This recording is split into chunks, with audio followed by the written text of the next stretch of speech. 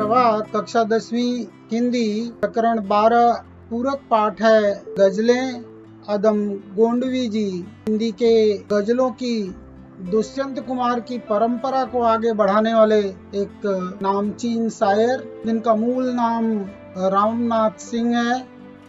आप आम आदमी के शायर थे। गांव देहात शोषित और पीड़ित लोगों को अपनी गजलों में आपने बखूबी रखा है। राजनीतिक सामाजिक व्यवस्था पर आपने अपनी गजलों के माध्यम से कटाक्ष भी किया है। आपकी साहित्यिक भाषा सरल और सीधी है। आप सामाजिक आलोचना के एक प्रखर जनवादी कवि के रूप में अपनी पहचान रखते हैं। आपकी प्रमुख रचनाओं में धरती की सतह पर और समय से मुठभेड़ ये आपके कविता संग्रह हैं। यहाँ दी गई 2 गजलें हैं इनकी। ये गजलकार अदम गोंडवी जी ने अलग अलग भावों को इन शेरों के माध्यम से अभिव्यक्ति दी है। इन गजलों में गजलकार ने आपसी भाईचारा बढ़ाने, देश प्रेम और एकला चलो की भावना को बड़े सुंदर ढंग से प्रस्तुत किया है। आइए आज हम अदम गोंडवी जी को पढ़ते हैं। उनकी पहली शेर है। दिल के सूरज को सलीबों पे चढ़ाने वालों, दिल के सूरज को सलीबों पे चढ़ाने वालों, रात ढल जाएगी एक रोज जमाने वालों। जमाने का ये दस्तूर है, वो राह में रोड़े खड़े करते हैं, लेकिन ये भी सत्य है कि दिल की सच्चाई दबाई नहीं जा सकती है।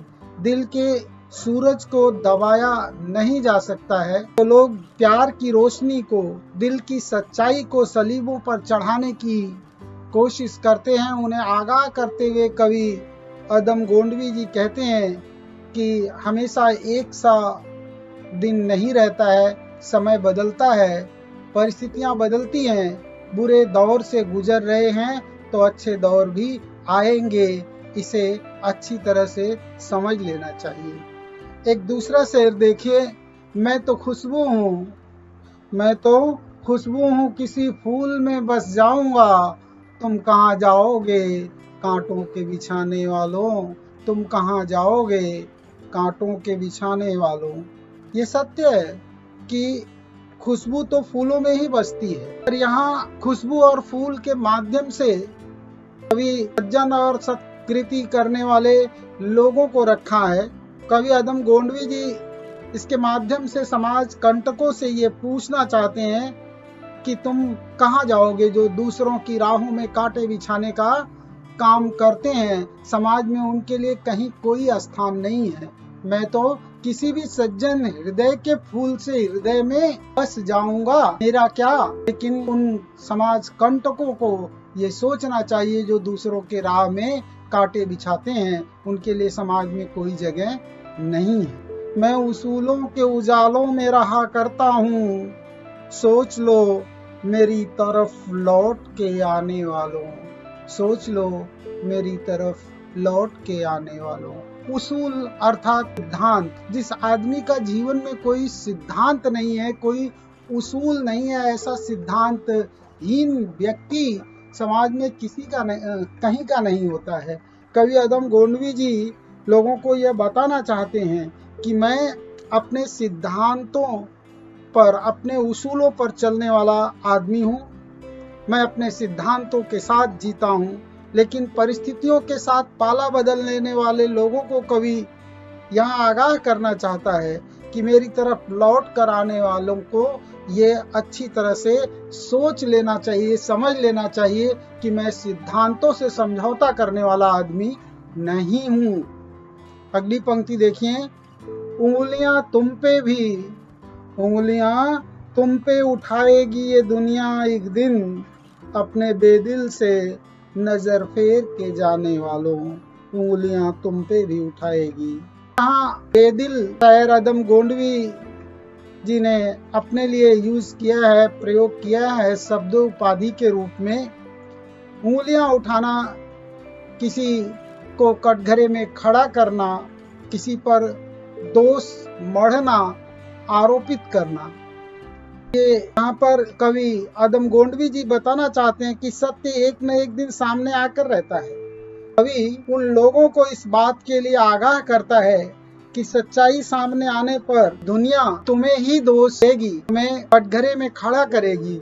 जो लोग कवि से मुंह मोड़ करके चले गए हैं, दूर हो गए हैं, बुरे दिनों में जिन लोगों ने कवि का साथ छोड़ दिया है, निश्चित ही रूप से सत्य एक दिन सामने आएगा और उन्हें समय के कटघरे में खड़ा होना पड़ेगा। उन पर दोष मढ़े जाएंगे।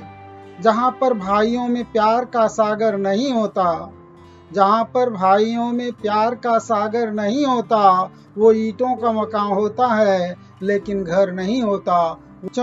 घर वही घर होता है जहां आपस में प्यार से मिलजुल करके लोग रहते हैं, और जहां भाई और भाई के बीच में प्यार न हो, वो मात्र ईंटों का मकान होता है, उसे घर नहीं कहते।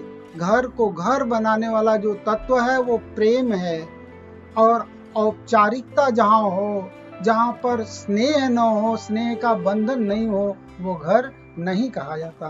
एक दूसरा शेर देखिए, जो अपने देश पर कटने का जज्बा ही नहीं रखता हो, जो अपने देश पर कटने का जज्बा ही नहीं रखता हो, वो चाहे कुछ भी हो सकता है लेकिन सर नहीं होता, वो चाहे कुछ भी हो सकता है। तो समाज की बातें करते हैं, देश प्रेम की बातें करते हैं, जिसमें स्वदेश का प्यार नहीं हो, वह हृदय पाषाण होता है। आप देखें, बात तो बड़े सुंदर ढंग से यहाँ गोंडवी जी ने रखा है, जिसमें देश के प्रति प्यार का भाव न हो, अपने देश पर मर मिटने का भाव न हो, तो वह चाहे कितना भी बड़ा व्यक्ति हो या कोई भी क्यों न हो, देश के लिए सर कटाने का यदि जज्बा नहीं रखता है तो वह सर किसी काम का नहीं, उसका कोई मूल्य नहीं है। यानी देश प्रेम वह भाव है जिस पर हम अपना सर्वस्व न्यौछावर कर देते हैं, और यदि देश पर मर मिटने का जज्बा नहीं है तो ऐसे व्यक्ति के जीवन का कोई मूल्य भी नहीं है। अगली पंक्ति देखें, जो समझौते की बातें हैं खुले दिल से होती हैं, जो समझौते की बातें हैं खुले दिल से होती हैं, जो हम मिलते हैं उनसे हाथ में खंजर नहीं होता। बहुत बेबाक बयानी देखिए आदम गोंडवी जी का, कि समझौते की बातें तभी होती हैं जब निष्कपट भाव से दो लोग मिलते हैं, खुले दिल से मिलते हैं, और हाथ में कपट रूपी खंजर लेकर के अगर कोई मिल रहा है तो वहां समझौते की कोई गुंजाइश नहीं रह जाती है। कवि कहता है कि हम जिनसे मिलते हैं उनसे खुले दिल से मिलते हैं, मन में किसी भी प्रकार का कपट का भाव नहीं होता है, और तभी दिल से दिल मिल सकता है जब दिल साफ हो, खुला हो। देखिए अगली पंक्ति में और भी अच्छी बात, हकीकत और होती है नजर कुछ और आता है, हकीकत और होती है नजर कुछ और आता है, जहाँ पर फूल खिलते हैं वहाँ पत्थर नहीं होता, जहाँ पर फूल खिलते हैं वहाँ पत्थर नहीं होता। हकीकत, सच्चाई, जी वास्तविकता तो कुछ और होती है और दिखाई कुछ और होता है। आजकल लोग चेहरों पर चेहरे लगा कर चल रहे हैं, ऐसे में लोगों को समझ पाना, उनकी वास्तविकता को जान पाना आज के दौर में बड़ा मुश्किल काम हो गया है। बात वो होनी चाहिए कि जो दिल में है वही दिल के बाहर हो, जो जुबान पर हो और वही हृदय में भी हो, लेकिन ऐसा देखने को नहीं मिलता है। अंतर और बाह्य अगर एक नहीं है तो हृदय के फूल नहीं खिलते। इसलिए कवि कहता है कि जहाँ पत्थर होते हैं वहाँ फूल नहीं खिला करते हैं, फूल खिलने के लिए हृदय की उर्वरा भूमि की जरूरत होती है। अगला शेर देखें, जो एक सीमा में रहकर रोशनी देता है बेदिल को, जो एक सीमा में रहकर रोशनी देता है बेदिल को, वो जुगनू हो तो हो, लेकिन कभी दिनकर नहीं होता। वो जुगनू हो तो हो, कभी दिनकर नहीं होता। जुगनू कभी सूरज की तुलना नहीं कर सकता। बारिश की रात के अंधेरे में रह रहकर चमकने वाला एक कीड़ा जुगनू जो प्रकाश देता है, तो ऐसे जुगनू को हम सूरज के सामने ले आकर के खड़ा करें, ये शोभा नहीं देता। जुगनू का प्रकाश एक सीमित दायरे में होता है, जबकि सूरज का प्रकाश सर्वव्यापी है। यहाँ कुछ छुट भइये लोग थोड़ा सा अगर उनके पास साधन संपत्ति इकट्ठा हो जाती है तो वो अपने आप को सूरज के समान सामर्थ्यवान समझने लगते हैं, लेकिन कवि साफ साफ कहता है कि उनकी एक सीमाएं हैं, वो एक सीमित दायरे में रहकर ही रोशनी दे सकते हैं। वो सूरज के समान सर्वव्यापी सर्वसमर्थवान हो ही नहीं सकते। अगली पंक्तियां देखें। एक कदम चलते हैं और चल के ठहर जाते हैं, और हम तो अब वक्त की आहट से भी डर जाते हैं। हम तो अब वक्त की आहट से भी डर जाते हैं। यहाँ कवि ये बताना चाहता है कि जीवन में उतार चढ़ाव आते रहते हैं, पर कवि वर्तमान परिवेश को लेकर के बहुत चिंतित है।